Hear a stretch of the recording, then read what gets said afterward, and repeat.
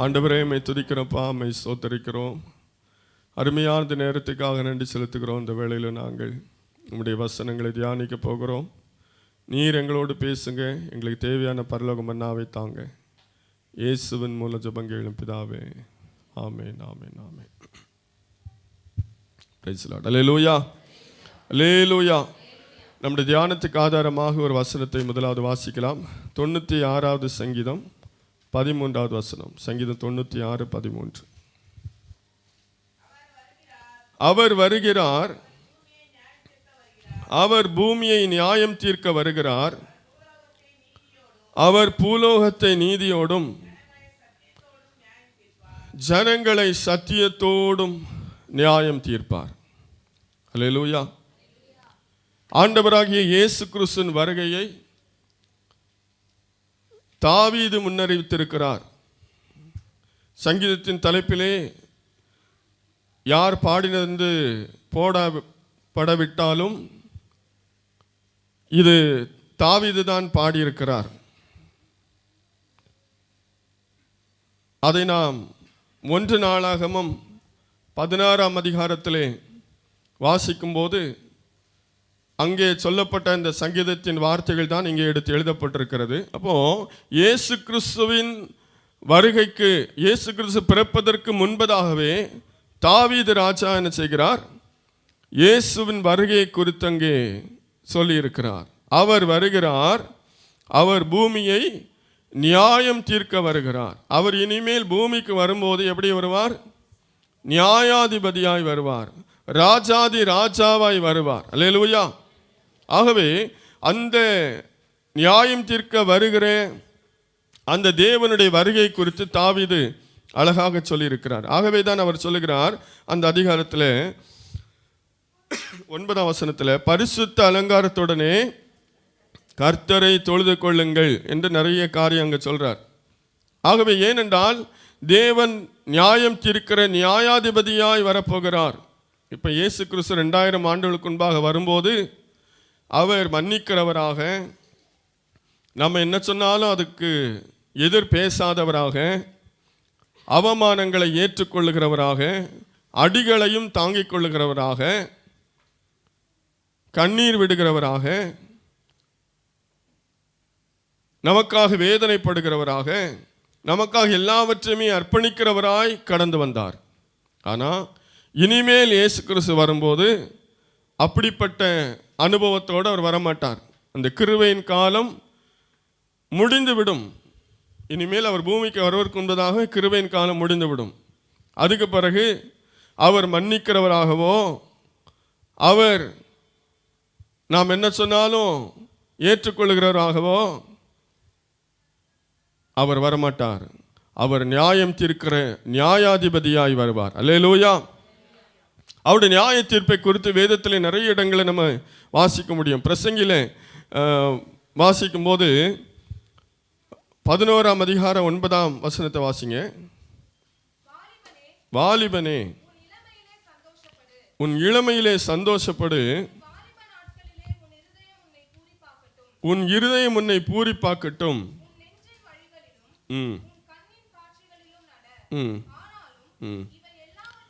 ஆனாலும் இவை எல்லாவற்றின் நிமித்தமும் தேவன் உன்னை நியாயத்திலே கொண்டு வந்து நிறுத்துவார் என்று அறி. அல்லேலூயா.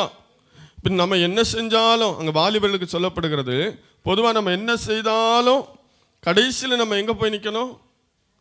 நியாயத்தில் ஆண்டவர் கொண்டு என்ன செய்வார்? நிறுத்துவார். அல்லேலூயா. நம்ம எங்கே போனாலும் என்ன செஞ்சாலும் கடைசியாக எல்லாரும், இந்த பூமியில் மனுஷன் பிறந்தால் அவன் கண்டிப்பாக நியாய தீர்ப்புக்கு முன்பாக நின்றே ஆக வேண்டும். இந்த பூமியிலே பிறந்த ஒரு மனிதன் கூட நியாய தீர்ப்புக்கு முன்பாக நிற்காமல் போவதே இல்லை. எங்கே சுற்றினாலும் சரி, வானத்துக்கு ஏறினாலும் சரி, பாதாளத்துக்கு இறங்கினாலும் சரி, சமுத்திரத்தில் போய் படுத்து கொண்டாலும் சரி, கடைசியாக நியாய தீர்ப்பு என்று ஒன்று இருக்கிறது. அந்த நியாயத்திற்கு முன்பதாக அத்தனை மனிதர்களும் நின்றாக வேண்டும். ஆகவே நாம் இந்த உலகத்திலே நாம் என்ன செஞ்சாலும் சரி, எல்லாவற்றுக்காகவும் கர்த்தர் நியாயத்தில் கொண்டு நிறுத்துவார் என்று அங்கே சொல்லப்பட்டிருக்கிறது. அதே பிரசங்கி 3ஆம் அதிகாரத்தில் 17ஆம் வசனத்தை வாசிங்க. பிரசங்கி 3:17. சகல எண்ணங்களையும் சகல செய்கைகளையும் நியாயம் தீர்க்கும் காலம் இனி இருக்கிறபடியால் தேவன் நியாயம் தீர்ப்பார் என்று என் உள்ளத்திலே எண்ணினேன். பிரசங்கில தான் ரொம்ப அவர் நிறைய காரியத்தை சாலமோன் சொல்லியிருக்கிறார். சாலமோன் இந்த உலகத்தில் எல்லாவற்றையும் அனுபவித்த ஒரு மனுஷன். ஆகவே அவனுடைய அனுபவத்தின் ரீதியாக அவன் இந்த பிரசங்கியில சொல்வதெல்லாம் எல்லாமே மாயை மாயை மாயை என்று அவன் சொல்லுவான். இதே பிரசங்கி புத்தகத்தில் நியாய தீர்ப்பை குறித்தும் அவர் தெளிவாக என்ன செய்திருக்கிறார், எழுதி வைத்திருக்கிறார். சகல எண்ணங்களையும் சகல செய்கைகளையும் நியாயம் தீர்க்கும் காலம் இனி இருக்கிறபடியால். அல்லேலூயா. ஆண்டவர் நியாயம் தீர்க்கும் போது எல்லாவற்றையும் நியாயம் தீர்ப்பார். இப்போ உலக பிரகாரமாக பார்க்கும்போது நம்ம செய்கிற காரியங்களுக்காக தான் நியாய தீர்ப்பு கிடைக்கும். ஆனால் நம்முடைய எண்ணங்களிலே நாம் என்ன யோசித்தோம் என்பதையும் நியாயம் தீர்க்கிறவர் தான் நம்முடைய ஆண்டவர். அல்லேலூயா. சகல எண்ணங்களையும் சகல செய்கைகளையும் நியாயம் தீர்க்கும் காலம் இனி இருக்கிறபடியால். அல்லேலூயா. இப்போ சொல்கிறார், இனி என்ன செய்கிறது, கடைசியாக நியாயம் தீர்க்கும் காலம் இருக்கிறது. எல்லாம் முடிஞ்ச பிறகு தான் அந்த நியாய தீர்ப்பு நடக்கும். இயேசு கிறிஸ்துவின் ரகசிய வருகை, அந்தி கிறிஸ்துவின் ஆளுகை, 1000 வருடம் அரசாட்சி, அத்தனை முடிந்த பிறகு கடைசி நியாய தீர்ப்பு. இந்த பூமியில் இருக்கிற அத்தனை மனிதர்களும் ஒரு நாள் எழுந்திருப்பார்கள் என்று நாம் வேதத்தில் வாசிக்கிறோம். அந்த நியாய தீர்ப்பு இனி வரும் காலம். அந்த நியாய தீர்ப்பில் நம்முடைய எண்ணங்கள், நம்முடைய செயல்கள், நம்முடைய ஒவ்வொரு காரியங்கள் எல்லாவற்றிற்கும் அந்த நாளிலே நாம் என்ன செய்ய வேண்டும், பதில் சொல்ல வேண்டும். அல்லேலூயா. இன்னைக்கு நம்ம உலகத்தில் ஒருவேளை நாம் செய்வது யாருக்குமே தெரியாமல் இருக்கலாம். அதனால் அது அப்படியே போயிடும் நினைக்கக்கூடாது. எல்லாவற்றையும் பார்த்து கொண்டிருக்கிற தேவன் ஒருவர் இருக்கிறார். அல்லேலூயா. நாம் ஒவ்வொருவரையும் தனிப்பட்ட முறையிலே பார்க்கிற தேவன் இருக்கிறார். ஆதாம் முதல் நியாய தீர்ப்பு நாள் வரைக்கும் தோன்றின அத்தனை மனிதர்களும் அவருக்கு முன்பாக நியாயாசனத்துக்கு முன்பாக நிற்பார்கள். அல்லேலூயா. ஆகவே நாம் இந்த வாழ்க்கையில் ஆண்டவர் நம்மை நியாயம் தீர்க்கிறார் என்பதை உணர்ந்து கொள்ள வேண்டியது அவசியமாயிருக்கிறது. அல்லேலூயா. அல்லேலூயா. ரோமர் 2ஆம் அதிகாரம் 16ஆம் வசனத்தை வாசிக்கலாம். ரோமர் 2:16.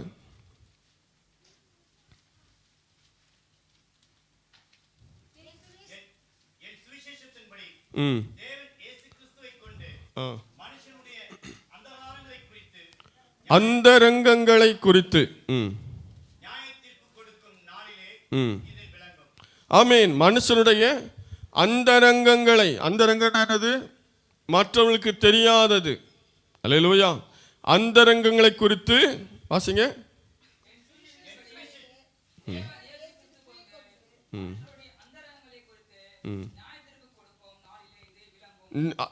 மனுஷனுடைய அந்தரங்கங்களை குறித்து நியாய தீர்ப்பு கொடுக்கும் நாளிலே இது விளங்கும். அல்லேலூயா. அப்போ அந்தரங்கங்களை குறித்து நியாய தீர்ப்பு கொடுக்கும் நாள். அல்லேலூயா. ஆகவே நாம் செய்கிறேன், நாம் நினைக்கிறேன், நாம் சிந்திக்கிறேன், நாம் பார்க்கிறேன், எல்லாவற்றை குறித்தும் நியாய தீர்ப்பு நாளிலே ஆண்டவர் பதில் கொடுப்பார். அதற்கேற்ற பலனை அவர் கொடுப்பார். ஆகவே நாம் அப்படிப்பட்ட ஒரு பயபக்தியோடு வாழும்போது தான் அந்த நியாய தீர்ப்புக்கு நாம் தப்பித்து கொள்ள முடியும். அல்லேலூயா. அல்லேலூயா. ஆகவே தேவன் யாரும் பார்க்கல அப்படின்னு சொல்லி நம்ம எந்த தவறும் செய்ய முடியாது. நம்ம செய்கிற ஒவ்வொரு காரியத்தை யார் பார்த்து கொண்டிருக்கிறார்? கர்த்தர் பார்த்து கொண்டிருக்கிறார். அவருக்கு, ஆகவே தான் சங்கீதக்காரன் சொல்ல, அவருக்கு மறைவாக எங்கே போவேன்? வானத்துக்கு ஏறினாலும் அங்கேயும் நீர் இருக்கிறீர், பாதாளத்தில் போய் படுக்கை போட்டாலும் அங்கேயும் இருக்கிறீர். சமுத்திரத்தின் ஆழத்தில் போய் தங்கினாலும் அங்கேயும் இருக்கிறீர். அல்லேலூயா. ஆகவே இந்த நாளிலே மனுஷன் பாவம் செய்வதற்காக ஒருவேளை மறைவிடங்களை தேடி போகலாம். ஆனால் தேவன் எல்லா இடத்திலும் இருக்கிறார், எல்லாவற்றையும் பார்த்து கொண்டிருக்கிறார். அவருக்கு மறைவானது ஒன்றுமில்லை. ஆகவே அந்தரங்கங்களை குறித்தும் நாம் பதில் சொல்ல வேண்டிய ஒரு நாள் இனிமேல் இருக்கிறது என்பதை உணர்ந்து கொள்ள வேண்டியது அவசியமாக இருக்கிறது. அல்லேலூயா, அல்லேலூயா. முன்னாடி கொஞ்ச நாளைக்கு முன்னாடி ஒரு பாட்டு ஞாபகப்படுத்தியிருந்தேன், ஒரு சண்டே ஸ்கூல் பாட்டு. அந்த பாட்டில் சில வரிகளை பாடலாம் என்று நினைக்கிறேன். பிள்ளைகளுக்கு சொல்லிக் கொடுத்தாலும் நமக்கு ரொம்ப பிரயோஜனமான ஒரு பாடல். அதில் சில வரிகளை நாம் பாடலாம். கண்ணே நீ காண்பது என்ன என்ன என்று ஒரு பாடல். நாம் பார்க்கிற ஒவ்வொன்றையும், நாம் சிந்திக்கிற ஒவ்வொன்றையும், நாம் பேசுகிற ஒவ்வொன்றையும் ஆண்டவர் கவனித்து கொண்டிருக்கிறார் என்பதை உணர்த்துகிற பாடல். அந்த பாடல் நமக்கும் பிரயோஜனமாக இருக்கும்.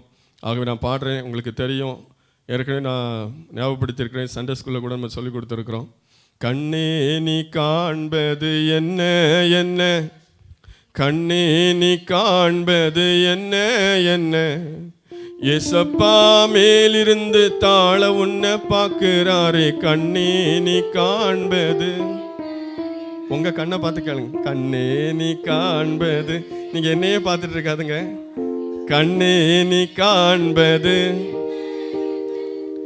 ஏசப்பா மேலிருந்து தாழ உன்னை பார்க்கிறாரே. கண்ணே, எல்லாம் பாடுங்க. காதே நீ கேட்பது என்ன என்ன, காதே, இப்படி காதுல கை வைங்க. காது இருக்குதா? ஏசப்பா மேலிருந்து தாழ உன்னை, காதே நீ கேட்பது, நெஞ்சே நீ நினைப்பது என்ன என்ன, நெஞ்சே நீ நினைப்பது, ஏசப்பா மேலிருந்து தாழ உன்னை பார்க்கிறாரே. நெஞ்சே நீ, ஏசப்பா மேலிருந்து தாழ உன்னை, நெஞ்சே நீ நினைப்பது என்ன என்ன. அல்லேலூயா. ரொம்ப அருமையான பாடல். இந்த பாடல் அடிக்கடி நம்ம பாடணும்னு சொன்னால் நமக்கு அது ஞாபகம் வந்துடும். யோசேப்பு சொல்கிறான், அந்நிய தேசத்தில் யாரும் இல்லைப்பா, அந்த வீட்டில் நம்ம 2 பேரும் தான் இருக்கிறோம் அப்படின்னு சொல்லும்போது சொல்கிறான், இவ்வளவு பெரிய பாவத்தை என் தேவனுக்கு முன்பாக நான் செய்வது எப்படி? அல்லேலூயா. அந்த யோசேப்பு எவ்வளோ நாட்களுக்கு முன்பாக வாழ்ந்த ஒரு பக்தன். அவனுக்கு இருந்த அந்த அறிவு நமக்கு இருந்தால் நாம் பாவம் செய்ய மாட்டோம். அல்லேலூயா, அல்லேலூயா. ஆகவே எல்லா அந்தரங்கங்களையும், எல்லா எண்ணங்களையும், எல்லா செய்கைகளையும் நியாயம் தீர்க்கிற காலம் இனி இருக்கிறபடியால் என்று அங்கே சொல்லப்பட்டிருக்கிறது. தாவீதுக்கு அந்த அறிவு இருந்துச்சு. அதனால்தான் பாவம் செய்தோன்னு சொல்லி உணர்த்தப்பட்டோன்னு துடிச்சான். ஆண்டவரே என்னை மன்னியும் சொல்லி. அருமையான தேவனுடைய பிள்ளைகளே, துணிகரமான பாவங்களுக்கு என்னை விலக்கி காத்தருளும். நம்முடைய வாழ்க்கையில் நம்ம ஒரு கடைசி நாட்களில் வாழ்ந்துட்டு இருக்கிறோம். அந்த பழைய பக்தர்களுக்கு அவ்வளோ ஒரு விழிப்புணர்வு இருந்தது உண்மையானால் நமக்கு இந்த காலத்தில் எவ்வளோ விழிப்புணர்வு தேவை. நாம் என்ன நினைத்து பாவம் செய்து கொண்டிருக்கிறோம், என்ன நினைத்து வாழ்ந்து கொண்டிருக்கிறோம், நம்மை தேவன் கவனித்து கொண்டிருக்கிறார். அல்லேலூயா, அல்லேலூயா. செல்போன் பார்க்கும்போது இந்த பாட்டு ஞாபகத்துக்கு வரணும். கண்ணே நீ காண்பது என்ன என்ன, மேல இருந்து ஆண்டவன் செய்வார், பார்த்துக்கிட்டே இருப்பார். அல்லேலூயா.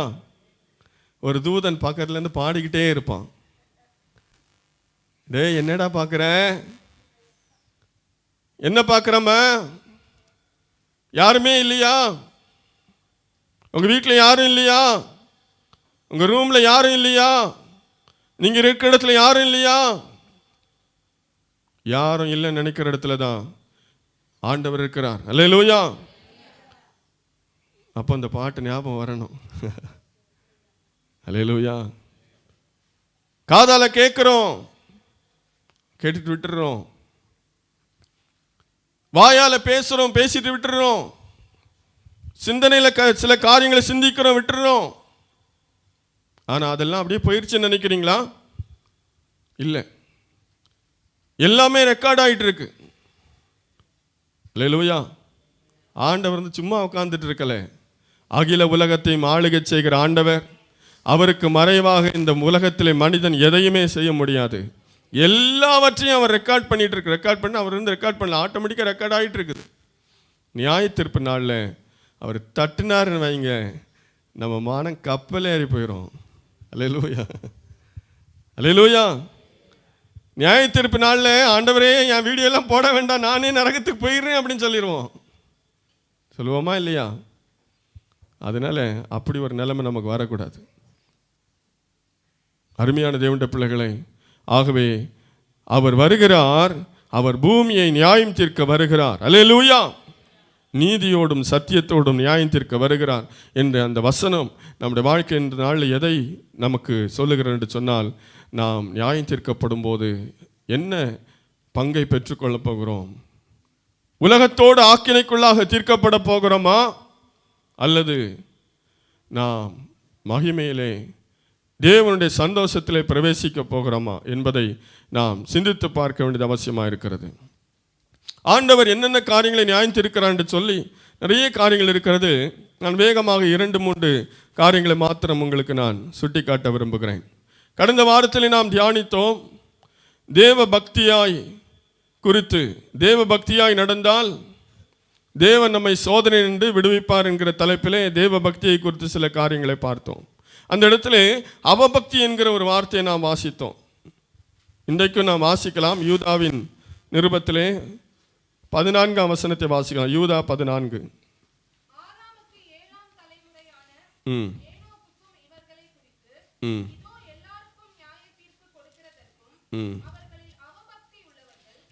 அவர்களில் அவபக்தி உள்ளவர்கள்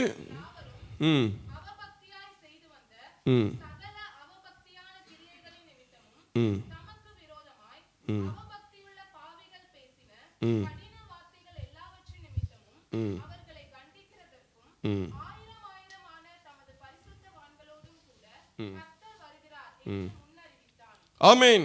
ஏனோக்கு முன்னறிவித்தானாம், 1000 தூதர்களோடு கர்த்தர் வருகிறார், அவபக்தியாய் நடக்கிறவர்களை நியாயம் தீர்க்க வருகிறார், தண்டிக்க வருகிறார் என்று சொல்லி ஏனோக்கு அன்று சொன்னது இன்னும் நிறைவேறல. 1000 ஆண்டுகளுக்கு முன்பதாகவே வாழ்ந்த ஒரு மனிதன் ஏனோக்கு. அந்த ஏனோக்கு நியாய தீர்ப்பை குறித்து சொல்லியிருக்கிறான். அப்போ அவபக்தியாய் நடக்கிறவர்கள் நியாயம் தீர்க்கப்படுவார்கள். அல்லேலூயா. நாம் கடந்த நாட்களில் தேவ பக்தியை குறித்து பார்த்தோம். நாம் தேவ பக்தியாய் நடந்தால் நியாய தீர்ப்பில்லை. அவபக்தியாய் நடந்தால், சோதம் கொமோரா ஜனங்கள் அவபக்தியாய் நடந்தார்கள், நோவா காலத்து மக்கள் அவபக்தியாய் நடந்தார்கள். அந்த அவபக்தியாய் நடந்த அவர்கள் நியாய தீர்ப்புக்கு ஏதுவானது போல நாம் அவபக்தியாய் நடந்தால் நியாயம் தீர்க்கப்படுவோம் என்று வேதம் சொல்லுகிறது. மத்தேயு 11:22 வாசிக்கலாம். மத்தேயு 11:22.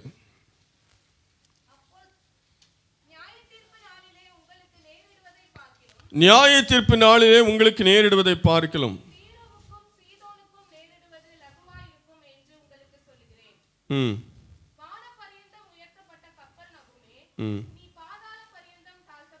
சரி, அங்கே ஆண்டவராக இயேசு கிறிஸ்து நிறைய காரியங்கள், சில பட்டணங்களை அவர் எச்சரிக்கிறார். எதற்குன்னு சொன்னால், இயேசு கிறிஸ்துடைய பிரசங்கத்தை கேட்டு மனம் திரும்பாத பட்டணங்களை ஆண்டவராக இயேசு கிறிஸ்து எச்சரிக்கிறார். நியாய தீர்ப்பு நாளிலே சோதம் கொமோராவுக்கு நடப்பதை பார்க்கிலும் நிறைய பட்டணங்களை சொல்லி அவர் சொல்கிறார், அந்த பட்டணங்களுக்கு நடப்பதை பார்க்கிலும் உங்களுக்கு அதிகமாக நடக்கும் என்று. ஏனென்றால் என்னுடைய வார்த்தைகளை கேட்டு நீங்கள் விசுவாசிக்கல, மனம் திரும்பல, நீங்கள் ஏற்றுக்கொள்ளல, அதனால அன்றைக்கு இவர்கள் எல்லாரும் உங்களுக்கு எதிர் சாட்சியாக நிற்பார்கள் என்று சொல்லுகிறார். ஆகவே வசனத்தை கேட்டு மனம் திரும்பாதவர்கள் நியாயம் தீர்க்கப்படுவார்கள். அல்லேலூயா, அல்லேலூயா. இன்னைக்கு நம்ம வாரம் பிரசங்கத்தை கேட்குறோம். கேட்குற பிரசங்கம் எங்கே போகுதுன்னே தெரியல. அல்லேலூயா. பிரசங்கத்தை கேட்குறோம், ஆனால் வாழ்க்கையில் எந்த ஒரு மாற்றமும் இல்லை, எந்த மனம் திரும்புதலும் இல்லை. பிரசங்கத்தை கேட்குறோம், கேட்டு அப்படியே விட்டுறோம். எதுக்காக பிரசங்கம் பண்ணுறோம்? எதுக்காக இந்த பிரசங்கத்தின் நேரம்? நாம் எல்லாரும் இந்த வசனத்தை என்ன செய்யணும்? கடைபிடிக்கணும், கை கொள்ளணும். அதுக்காக தான். சும்மா கொஞ்ச நேரம் பிரசங்கணும் பாஸ்டர் பண்ணுவார். அவர் பிரசங்கம் முடிஞ்சோடனே ஆராதனை முடிய நம்ம வீட்டுக்கு வரலாம், அதுக்காக இல்லை. வசனத்தை கேட்கிற நாம் அதற்கு கீழ்ப்படிந்து மனம் திரும்பாவிட்டால் இப்போ பாஸ்டர் ஒன்றும் செய்ய மாட்டார். அல்லேலூயா. அவர் என்ன செய்ய முடியும்? ஆனால் நியாய தீர்ப்பு நாளில் என்ன செய்யணும்? கணக்கு ஒப்புவிக்கணும். இவ்வளோ பிரசங்கம் நீ கேட்டியே, நீ அந்த பிரசங்கத்தை கேட்டு எதையாவது வாழ்க்கையில் மாற்றினியா? ஏதாவது கொஞ்சமாக மனம் திரும்பினியா? எதையாவது கீழ்ப்படிஞ்சியா அப்படின்னு சொல்லி ஆண்டவர் கேட்பார்.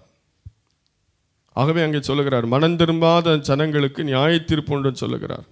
ஆகவே பிரசங்கத்தை கேட்கிற நாம், வசனத்தை வாசிக்கிற நாம், ஆண்டவர் நம்மோடு பேசுகிற காரியங்களுக்கு மனம் திரும்பாவிட்டால், கீழ்ப்படியாவிட்டால் நிச்சயமாக நாம் நியாயம் தீர்க்கப்படுவோம்.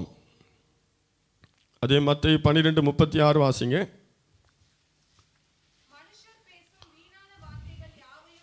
மனுஷர் பேசும் வீணான வார்த்தைகள் யாவையும் குறித்து நியாய தீர்ப்பு நாளிலே கணக்கு ஒப்புவிக்க வேண்டும் என்று உங்களுக்கு சொல்லுகிறேன். அல்லேலூயா. வீணான வார்த்தைகள், நாம் பேசுகிற வார்த்தைகள் வீணான வார்த்தையா இருந்துச்சுன்னா அதை குறித்து என்ன செய்யணும்? நியாய தீர்ப்பு நாளில் கணக்கு ஒப்புவிக்கணும். நம்ம பேசிட்டு நம்மளே மறந்துடுவோம். என்ன பேசணும் நமக்கே தெரியாது. அதனால கடந்த வாரத்தில் நம்ம தியானித்தது போல நாவை அடக்காமல் தேவ பக்தியுள்ளவன் என்று நாம் என்ன செய்ய முடியாது, சொல்ல முடியாது. அல்லேலூயா. நம்ம நாவை அடக்கணும். வாயில் வந்ததை பேசிட்டு தகாத வார்த்தைகளை பேசிவிட்டு அப்புறம் தெரியாம பேசிட்டேன் அப்படி நம்ம சொல்லக்கூடாது. வாயின் வார்த்தைகள் ரொம்ப முக்கியமானது. வீணான வார்த்தைகள் தேவனுடைய பிள்ளைகளுடைய வாழ்க்கையில் நினைச்சக்கூடாது, வாயில் வரக்கூடாது. அதுதான் உண்மையான தேவனுடைய பிள்ளை, அதுதான் உண்மையான தேவ பக்தி. அல்லேலூயா. வீணான வார்த்தைகளை குறித்து என்ன செய்ய வேண்டும்? கணக்கு ஒப்புவிக்க வேண்டும். நம்ம வார்த்தைகளை பேசும்போது கவனமாக பேசணும். யார்கிட்ட பேசினாலும் சரி, சபையில் பேசினாலும் சரி, வேலை செய்கிற இடத்துல பேசினாலும் சரி, படிக்கிற இடத்துல பேசினாலும் சரி, எந்த இடத்துல பேசினாலும் வார்த்தைகள் ஞானமான வார்த்தைகளாக இருக்கணும். வீணான வார்த்தைகளை பேசணும் அப்படின்னா அந்த வார்த்தைகளை குறித்து கணக்கு ஒப்புவிக்க வேண்டும். நம்முடைய வார்த்தைகள் எல்லாம் பதிவாக்கப்படுகிறது. அந்த வார்த்தைகள் எல்லாம் ஒரு நாள் நம்மை நியாயம் தீர்க்கும். நாம் பேசுகிற வார்த்தைகளே நம்ம என்ன செய்யும்? நியாயம் தீர்க்கும் என்று வேதத்தில் வாசிக்கிறோம். ஆகவே வீணான வார்த்தைகள் நம்முடைய வாழ்க்கையில் பேசுவதை தவிர்க்க வேண்டும். ரோமர் 2:2 வாசிங்க. ரோமர் 2:2. ரோமர் 2:2.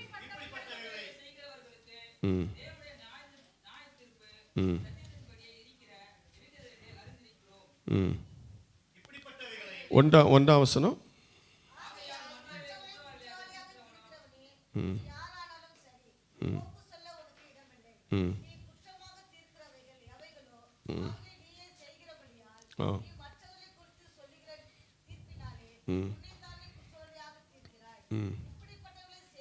இப்படிப்பட்டவர்களை செய்கிறவர்களுக்கு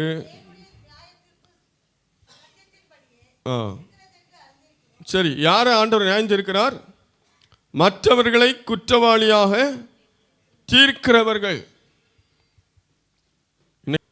மற்றவர்களை குற்றவாளியாக தீர்க்கிறவனே, நீ யாரானாலும் சரி. அல்லேலூயா. அந்த வார்த்தை எவ்வளவு கடினமான ஒரு வார்த்தை. இந்த வார்த்தை நம்ம எப்போ பயன்படுத்துவோம்? கோபம் வரும்போது தான் பயன்படுத்தும். நீ யாரானாலும் சரி, யாரா இருந்தா எனக்கு என்ன அப்படி கேட்போம்ல, அந்த மாதிரி நீ யாரானாலும் சரி. போக்கு சொல்ல எந்த வகையிலும் நீ எஸ்கேப் ஆக முடியாது. போக்கு சொல்ல உனக்கு இடமில்லை. குற்றமாக தீர்க்கிறவைகள் எவைகளோ அவைகளை நீயே செய்கிறபடியால். ஏன்னா எந்த மனுஷனுக்கு அந்த அதிகாரம் இல்லை. காரணம், இன்னைக்கு குற்றம் சொல்கிற நாம் நாளைக்கு அந்த தவறை செய்வோம். கேரண்டி நமக்கு நாமே கேரண்டி கொடுக்க முடியாது. அதனால்தான் மனுஷர்கள் யாரும் மனுஷரை குற்றப்படுத்த வேண்டாம் என்று ஆண்டவர் சொல்லுகிறார். அன்னைக்கு நம்ம என்ன சொன்னோமோ அதுவே நமக்கு தீர்ப்பாக மாறும். இப்படிப்பட்டவைகளை செய்கிறவர்களுக்கு தேவனுடைய நியாய தீர்ப்பு சத்தியத்தின்படி இருக்கிறது என்று அறிந்திருக்கிறோம். ஆகவே நாம் மற்றவர்களை குற்றம் சாட்டவே கூடாது. அல்லேலூயா. மற்றவர்களை குற்றம் சாட்ட நமக்கு அதிகாரமே இல்லை. நம்ம கொஞ்சம் நல்லா இருக்கிறோங்கிறதுக்காக இன்னொருத்தரை குற்றவாளி என்று நாம் தீர்க்கக்கூடாது. நியாய தீர்ப்பு கொடுக்கிற கர்த்தர். நம்ம ஒருத்தரை நியாயம் தீர்த்தோன்னு சொன்னால் நம்ம அந்தி கிறிஸ்துவாக மாறிடுறோம். ஏனென்றால் நியாயம் தீர்க்கிறவர் ஆண்டவர் மாத்திரமே. அவர் மட்டும்தான் நியாயாதிபதி. அவர் மாத்திரமே ஒருவரை நியாயம் தீர்க்கிறவர். அதற்கு மாறாக நாம் ஒருவரை குற்றவாளி என்று நியாயம் தீர்த்தோம் என்று சொன்னால் ஆண்டவர் செய்கிற காரியத்தை நம்ம செய்கிறபடினாலே நாம் ஒரு அந்தி கிறிஸ்துவாகவே மாறிவிடுகிறோம். ஆகவே இங்கே சொல்லப்பட்டிருக்கிற மற்றவர்களை குற்றவாளியாக நாம் தீர்த்தால் கண்டிப்பாக நமக்கு நியாய தீர்ப்பு உண்டு. நாம் அதற்கு தப்பி போவதில்லை என்பதை உணர்ந்து கொள்ள வேண்டும். மற்றவர்கள் யாரையும் நாம் குற்றவாளியாக தீர்க்கவே கூடாது. அல்லேலூயா. யாக்கோபு எழுதின நிருபம் 5ஆம் அதிகாரம் 9-10 ஆகிய வசனங்களை வாசிக்கலாம். யாக்கோபு 5:9-10.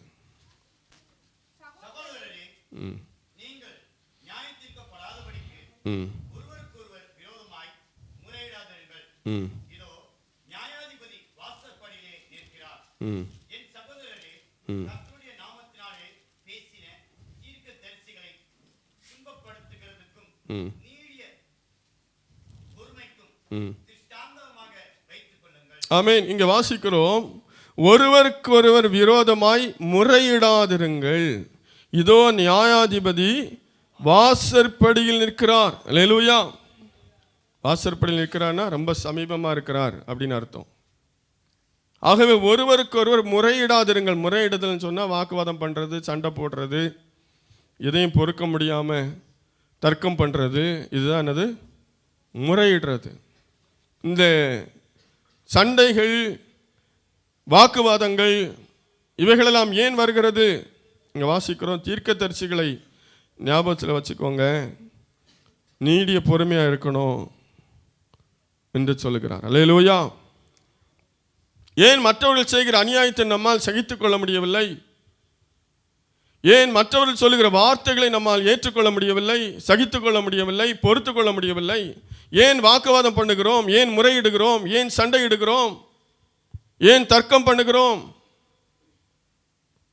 உங்கள் முன்னோர்கள் தீர்க்கதரிசிகளை பாருங்க, அவங்க எல்லாவற்றையும் ஏற்றுக்கொண்டார்கள், சகித்து கொண்டார்கள், பொறுத்து கொண்டார்கள். அங்கே பொறுமையை குறித்து வாசிக்கிறோம். இதோ பொறுமையா இருக்கிறவர்கள் பாக்கியவான்கள் என்கிறோமே. ஏன் நீங்கள் முறையிடுகிறீர்கள்? ஆகவே நாம் முறையிடுகிறவர்களாக இருந்தால் நியாய தீர்ப்பு நாளில் நிச்சயமாக நாம் நிற்க வேண்டும். அல்லேலூயா. நம்முடைய தேவன் வாசற்படியில் நிற்கிறார். வெளிப்படுத்தின விசேஷத்தில் கடைசி நியாய தீர்ப்பை குறித்து நாம் வாசிக்கிறோம். 20ஆம் அதிகாரம் 11ஆம் வசனத்திலிருந்து வாசிக்கலாம்.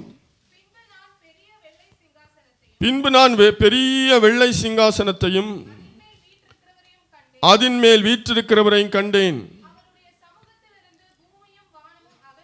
அவருடைய சமூகத்திலிருந்து பூமியும் வானம் அகன்று போயின, அவைகளுக்கு இடம் காணப்படவில்லை. மரித்தோராகிய சிறியோரையும் பெரியோரையும் தேவருக்கு முன்பாக நிற்க கண்டேன். புஸ்தகங்கள் திறக்கப்பட்டன, ஜீவ புஸ்தகம் என்னும் வேறொரு புஸ்தகமும் திறக்கப்பட்டது.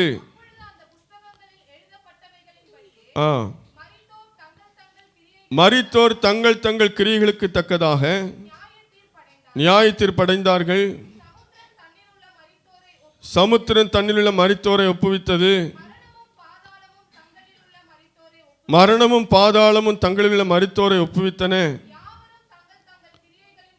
யாவரும் தங்கள் தங்கள் கிரியைகளின்படியே நியாய தீர்ப்படைந்தார்கள். மரணமும் பாதாளமும் அக்கினி கடலிலே தள்ளப்பட்டன. இது இரண்டாம் மரணம். ஜீவ புஸ்தகத்தில் எழுதப்பட்டவனாக காணப்படாதவன் எவனோ அவன் அக்கினி கடலிலே தள்ளப்பட்டான். அல்லேலூயா. இப்போ இந்த நியாய தீர்ப்பு நாள் நாங்கள் சொல்லப்படும் சமுத்திரம் தண்ணில் உள்ளதை இன்னைக்கு பாருங்க, நிறைய பேர் நினைச்சுறாங்க கடல்ல போய் செத்து போயிடுறாங்க. சிலரை தேடி கண்டுபிடிக்கிறாங்க, சிலரை தேடி கண்டுபிடிக்க முடியல. இன்னைக்கு இந்த நவீன காலத்தில் கூட சில ஃப்ளைட் என்ன செய்கிறது, ஆக்சிடென்ட் ஆகுது. அது எங்கே போய் விழுந்துச்சுன்னு இது வரைக்கும் கண்டுபிடிக்க முடியாத எத்தனையோ சம்பவங்கள் இருக்கிறது. கப்பல் சேதம் நடைபெறுகிறது. அந்த கப்பல் சேதம் நடைபெற்ற மனிதர்களை கண்டுபிடிக்க முடியல, கப்பலே கண்டுபிடிக்க முடியாமல் இருக்கிறாங்க. அன்றைக்கி நியாய தீர்ப்பு நாளில் இன்றைக்கி மனுஷன் கண்டுபிடிக்க முடியாததெல்லாம் அன்றைக்கி எல்லாவனும் வருவான். சமுத்திர தண்ணில் உள்ளதை ஒப்புவிக்கும். அல்லேலூயா. இப்போ பாதாளத்தில் இருக்காங்க யாரு? நம்ம ஃப்ரெண்ட்ஸா? பாதாளத்தில் பாவிகள் இருக்கிறாங்க, மரித்த பாவிகள். மரித்த பாவிகள் எங்கே இருக்காங்க? பாதாளத்தில் இருக்காங்க. கல்லறையில் இல்லை, கல்லறையை தேடி தேடி போவாதுங்க, கல்லறையில் இல்லை. மரித்த பாவிகள் பாதாளத்திலும், மரித்த பரிசுத்தவான்கள் பரதீசிலும் இருக்கிறார்கள். அல்லேலூயா, அல்லேலூயா. ஆகவே இந்த பாதாளம் எல்லாம் அன்னைக்கு என்ன செய்யும்? பாதாளத்தில் இருக்கவங்க எல்லாரும் அன்னைக்கு உயிரோடு வருவாங்க. இந்த கடைசி நியாய தீர்ப்பில் இந்த உலகத்தில் பிறந்த அத்தனை மனிதர்களை நாம் பார்க்கலாம். ஆதாம் முதல் எத்தனை மனிதன் பிறந்தானோ அத்தனை பேரும் அந்த நியாயசனத்துக்கு முன்பாக நிற்பார்கள். நிறைய புஸ்தகங்கள் திறக்கப்பட்டது. ஜீவ புஸ்தகம் என்கிற புஸ்தகமும் திறக்கப்பட, ஜீவ புஸ்தகத்தில் பேர் இருக்கிறவங்க மட்டும்தான் பரலோகத்துக்கு போக முடியும். மற்ற எல்லாருமே எங்கே தான் போகிறாங்க? அக்கினிக்கடல், இரண்டாம் மரணமாகிய அக்கினிக்கடலிலே தள்ளப்பட்டார்கள். அல்லேலூயா. ஜீவ புஸ்தகத்தில் பேர் இருக்கணும்னா அந்த நியாய தீர்ப்பு உண்டு என்பதை உணர்ந்து பரிசுத்தமாக வாழணும். இல்லைன்னா ஜீவ புஸ்தகம் நம்ம பேர் இருக்காது. நான் சொன்னேன்ல, அநேக புஸ்தகங்கள். இன்னொரு புஸ்தகம் நமக்கு சொல்லப்பட்டிருக்கிறது மல்கியால, ஞாபக புஸ்தகம். அல்லேலூயா. இதை போல் நிறைய புக்ஸ் ஆண்டவர் வச்சிருக்கிறார், நிறைய புத்தகங்களை வைத்திருக்கிறார். அந்த புத்தகத்தில் நம்முடைய எல்லா ஹிஸ்டரியும் அங்கே இருக்கும். ஒன்றும் மறைபொருளாக இருக்காது. இந்த உலகத்தில் நமக்கு ஹிஸ்டரியை மாற்றி மாற்றி நம்ம பேசலாம், மாற்றி மாற்றி நம்ம சொல்லலாம், மற்றவங்களை நம்ம சொல்லி நம்ப வைக்கலாம். நான் ரொம்ப நல்லவன், நான் ரொம்ப நல்லவா அப்படின்னு சொல்லி இந்த உலகத்தை நம்ம ஏமாற்றி வைக்கலாம். நம்ம செய்த தப்பெல்லாம் மறைக்கலாம். ஆனால் ஞாபக புஸ்தகத்தில் போய் நம்ம எதுவும் பண்ண முடியாது, அங்கே எல்லாம் இருக்கும். அதனால் நம்ம ஹிஸ்ட்ரி எல்லாம் ஆண்டோட சமூகத்தில் எழுதப்பட்டு கொண்டிருக்கிறது. நம்முடைய சரித்திரம் அவருடைய கையில் இருக்கிறது. அதனால் ரொம்ப கவனமாக இருக்கணும். அங்கே எழுதினது ரெண்டாவது போய் என்ன செய்ய முடியாது. நீங்கள் போய் இரசர் வச்செல்லாம் போய் அழிச்சிட்டு இருக்க முடியாது. அல்லேலூயா. எழுதினது தான், அதை நீங்கள் மாற்றவே முடியாது. கடைசி நியாய தீர்ப்பு நாளில் எல்லாவற்றையும் என்ன செய்வார்? நியாயத்தில் கொண்டு வருவார். அல்லேலூயா. அந்த நியாய தீர்ப்பு எப்படி இருக்கும்னு தெரியல, எவ்வளோ நேரம் நீடிக்கும்னு தெரியல. ரொம்ப பயங்கரமான ஒரு நாள், கடைசி நாள். ஆகவே அந்த நியாய தீர்ப்பு உண்டு என்பதை உணர்ந்திருக்கிற நாம் இந்த உலகத்தில் ஆண்டவருக்கு பிரியமாக வாழ வேண்டியது அவசியமாக இருக்கிறது. அல்லேலூயா. நம்முடைய எண்ணங்கள், நம்முடைய செயல்கள், நம்முடைய வார்த்தைகள், நம்முடைய ஒவ்வொரு காரியங்களும் ஆண்டவர் கவனித்து கொண்டிருக்கிறார். ஆண்டவருக்கு மறைவாக ஒன்றும் இல்லை. அதனால் நாம் இன்னும் பரிசுத்தமாக நாம் வாழுவோம். இந்த நியாய தீர்ப்பு தப்பித்துக் கொள்வதற்கு நாம் என்ன பண்ணணும் அப்படின்னா, 1 கொரிந்தியர் 11ஆம் அதிகாரம் 31ஆம் வசனத்தை வாசிங்க. 1 கொரிந்தியர் 11:31.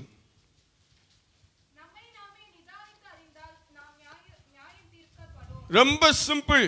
அல்லேலூயா. இவ்வளோ நேரம் நம்ம கேட்டது நமக்கு ஒரு பெரிய காரியமாக பயமாக இருந்திருக்கலாம். ஆனால் அந்த நியாய தீர்ப்பில் தப்புன்னு சொன்னால் சிம்பிளான ஒரு வழி, வேறு எதுவுமே நம்ம பண்ண வேண்டாம். நம்மை நாமே நிதானித்தறிந்தால் நியாயம் தீர்க்கப்படும். அல்லேலூயா. நம்மை நாமே சோதித்து பார்க்க வேண்டும். செல்ஃப் டெஸ்ட் ஒவ்வொரு நாளும் நம்ம பண்ணணும். நான் செய்கிறது கரெக்டா, நான் பார்க்கறது கரெக்டா, நான் போகிற வழி கரெக்டா, நான் பேசுறது கரெக்டா, நான் சிந்திக்கிறது கரெக்டா அப்படின்னு நமக்கு நாமே சோதிப்போம். யார்கிட்ட போய் நம்ம கேட்க முடியாது. அல்லேலூயா. யார்கிட்ட போய் நம்ம கேட்டோன்னா அவங்க என்ன சொல்லுவாங்க, ஓ இப்படியாக்காத அப்படின்னு 4 பேர்கிட்ட போய் சொல்லிடுவாங்க. அல்லேலூயா. அதனால் நமக்கு நாமே பரிசோதிப்போம். ஒரு எக்ஸாம் எழுத போகிறோம் அப்படின்னா அந்த எக்ஸாம் சக்ஸஸாக நம்ம முடிக்கணும், வெற்றி பெறணும் அப்படின்னா என்ன பண்ணணும்? நம்ம பாட்டுக்கு படிச்சுட்டு போனால் ஒன்றும் மார்க் எடுக்க முடியாது. நாம் என்ன செய்யணும்? அதை எழுதி பார்க்கணும், ஞாபகப்படுத்தி பார்க்கணும், ரிவைஸ் பண்ணி பார்க்கணும். அப்படிப்பட்டவங்க தான் நல்ல மதிப்பெண் எடுக்க முடியும். சும்மா ஏதோ படித்தோம் அங்கே போய் எழுதிடலாம் அப்படிங்கிறவங்க கண்டிப்பாக தடுமாறிடுவாங்க. அதே போல் தான் நியாய தீர்ப்பு இருக்குதுன்னா அதுக்கு முன்னாடியே நம்ம என்ன செய்யணும்? ஒவ்வொரு நாளும் நம்மை நாமே நிதானித்து பார்ப்போம். நமக்கு உதவி செய்வதற்கு வேதாகமம் இருக்கிறது. அல்லேலூயா. இப்படிப்பட்ட ஆராதனைகள் இருக்கிறது, பிரசங்கங்கள் இருக்கிறது. இதெல்லாம் கேட்கிற நாம் நம்மை நாமே நமக்குள்ளே நிதானித்து பார்த்தால் அன்னைக்கு நம்ம நியாயம் தீர்க்கப்பட மாட்டோம். அல்லேலூயா. நிதானித்து பார்க்காம மனம் போல வாழ்ந்துட்டு இருந்தோம் அப்படின்னா கண்டிப்பாக நியாய தீர்ப்பு நாளில் நம்ம தப்பி போவதே இல்லை. ஆகவே நியாய தீர்ப்புக்கு தப்புவதற்கு ரொம்ப சிம்பிளான ஒரே ஒரு வழி, நம்மை நாமே நிதானித்து பார்ப்போம். ஒவ்வொரு நாளும் நம்ம நிதானித்து பார்க்கணும். ஆண்டவரே, நான் செய்கிறது கரெக்டு தானா? நான் போகிற ரூட்டு கரெக்டு தானா? நான் சிந்திக்கிற இந்த சிந்தனை சரியான சிந்தனை தானா? நான் பேசுகிற இந்த பேச்சு சரியான பேச்சு தானா? நான் கேட்டுட்டு இருக்கிற இந்த காரியம் சரிதானா? நம்மை நாமே சிந்தித்து பார்த்தால் நாம் நியாயம் தீர்க்கப்பட மாட்டோம். அல்லேலூயா. ஏனென்றால் தேவன் நமக்குள்ள ஒரு மனசாட்சியை வைத்திருக்கிறார். அந்த மனசாட்சி நம்மை எது சரி எது சரியில்லை என்று சொல்வதற்கு அதற்காக தான் ஆண்டவர் வைத்திருக்கிறார். அந்த மனசாட்சியின் அடிப்படையிலே ஒவ்வொரு நாளும் நம்மை நிதானித்து நாம் வாழும்போது நியாய தீர்ப்பு நாளிலே நாம் தலை நிமிர்ந்து நிற்க முடியும். அல்லேலூயா. இங்கே நாம் நமக்கு இஷ்டப்படி வாழ்ந்து கொண்டிருந்தால் நியாய தீர்ப்பு நாளிலே தலை குனிந்து தான் நான் நிற்க வேண்டும். ஆகவே நியாயம் தீர்க்கிற தேவன் இங்கே வாசித்தது போல ஏதோ வாசற்படியில் நின்று கொண்டிருக்கிறார். எல்லாம் ரெடியாக இருக்கு. எப்போ வேணாலும் இயேசு கிறிஸ்து வரலாம். அதுக்கு பிறகு நம்ம ஒன்றும் பண்ண முடியும். பரிசுத்தப்படுத்தவோ, ரட்சிக்கப்படவோ, மனம் திரும்பவோ, பேதுரை போல கண்ணீர் விட்டு மனங்கசந்து அளவோ அன்னைக்கு ஒரு சான்ஸ் கிடைக்காது. ஆகவே கொடுக்கப்பட்ட இந்த ஒரே ஒரு வாழ்க்கையில் நாம் கேட்கிற வசனங்களுக்கு மனம் திரும்புவோம். இப்போ மனம் திரும்பாவிட்டால் அன்னைக்கு ஆண்டோட போய் நம்ம நியாயத்திற்கும்பாக தான் நிற்கணும், தவிர வேறு வழியே கிடையாது. கண்களை மூடி ஆண்டவர் நோக்கி நாம் பார்ப்போம். ஆமென். ஏனோக்கு நியாய தீர்ப்பை குறித்து சொல்லியிருக்கிறார். மிடில் வாழ்ந்த தாவீது நியாய தீர்ப்பை குறித்து சொல்லியிருக்கிறார். நம்ம கடைசியில் வாழ்ந்துட்டு இருக்கிறோம். உலகத்தின் காரியங்கள் எல்லாம் நமக்கு உலகம் ஒரு முடிவுக்கு போகிறது என்பதை உணர்த்துகிறது. ஏதோ சில வருஷங்கள் கொஞ்சம் தள்ளி போகலாம், ஆனால் ரொம்ப காலம்லாம் போகாது. ஆகவே நியாய தீர்ப்புக்கு முன்பாக நாம் என்ன செய்ய போகிறோம்? நம்முடைய வார்த்தைகள், நம்முடைய சிந்தனைகள், நம்முடைய செய்கைகள் எல்லாம் எப்படிப்பட்டதாக இருக்கிறது? எல்லா எண்ணங்களும் செய்கைகளும் அந்தரங்கங்கள் அனைத்தையும் குறித்து நியாயம் தீர்க்கிற கர்த்தர். அவருக்கு மறைவாக எதையும் நான் செய்ய முடியாது. அன்னைக்கு நியாய தீர்ப்பு நாளில் நம்ம கண் கலங்கி பிரயோஜனம் இல்லை, அழுது பிரயோஜனம் இல்லை, கவலைப்பட்டு பிரயோஜனம் இல்லை. ஒவ்வொரு நாளும் நம்மை நிதானிப்போம். ஒவ்வொரு நாளும் நம்மை நிதானித்தறிந்து நடந்து கொண்டால் நாம் நியாயத்திற்கப்பட மாட்டோம். ஆமென். ஒவ்வொரு நாளும் பிரசங்கத்தை கேட்கிறோம், அதன்படி வாழ நம்மை அர்ப்பணிக்கிறோமா? அல்லது ஏதோ ஒரு நேரப்போக்காக நாம் எடுத்துக்கொள்கிறோமா? ஹல்லேலூயா. இயேசுவே,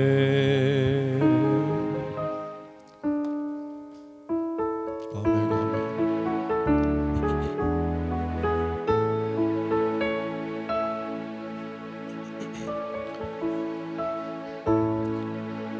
பரிசுத்தமாய் நம்மை காத்துக் கொள்வோம். பரிசுத்தர் இயேசு வருகிறார். பரிசுத்தமாய் நம்மை காத்துக் கொள்வோம். பரிசுத்தர் இயேசு வருகிறார். நீதியாய் நியாயம் தீர்த்திடவே நியாயாதிபதியாக வருகிறார். நீதியாய் நியாயம் தீர்த்திடவே நியாயாதிபதியாக வருகிறார். மாரநாதா அல்லேலூயா, மாரநாதா அல்லேலூயா, மாரநாதா அல்லேலூயா, மாரநாதா.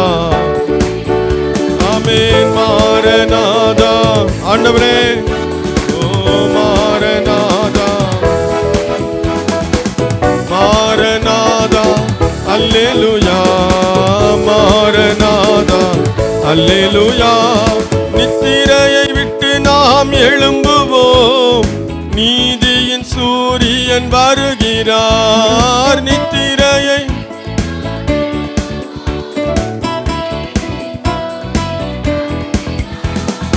ரட்சிப்பின் வசீரம் காத்துக் கொள்வோம். ரட்சகர் வருகிறார்.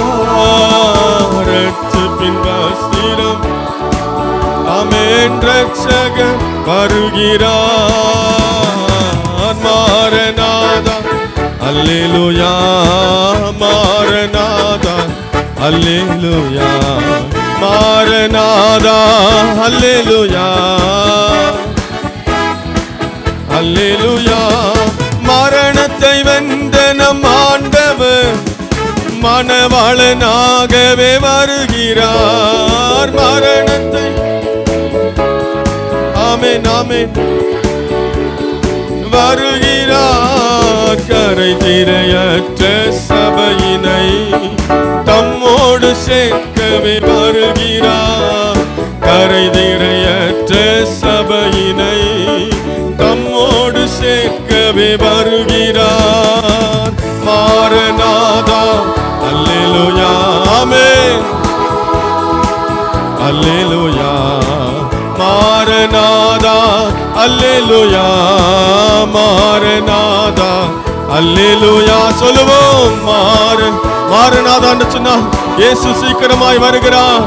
இயேசுவே சீக்கிரமாய் வாரும். ஆமென். மாரநாதா அல்லேலூயா, மாரநாதா.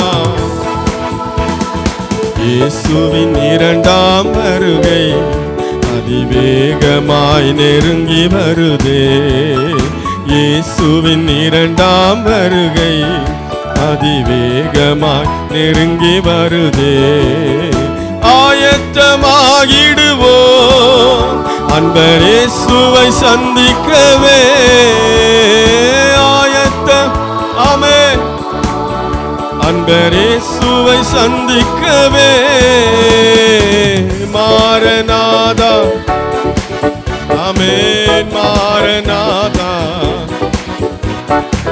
மாரநாதா அல்லேலூயா, மாரநாதா அல்லேலூயா, மாரநாதா அல்லேலூயா, மாரநாதா அல்லேலூயா, மாரநாதா அல்லேலூயா, மாரநாதா அல்லேலூயா.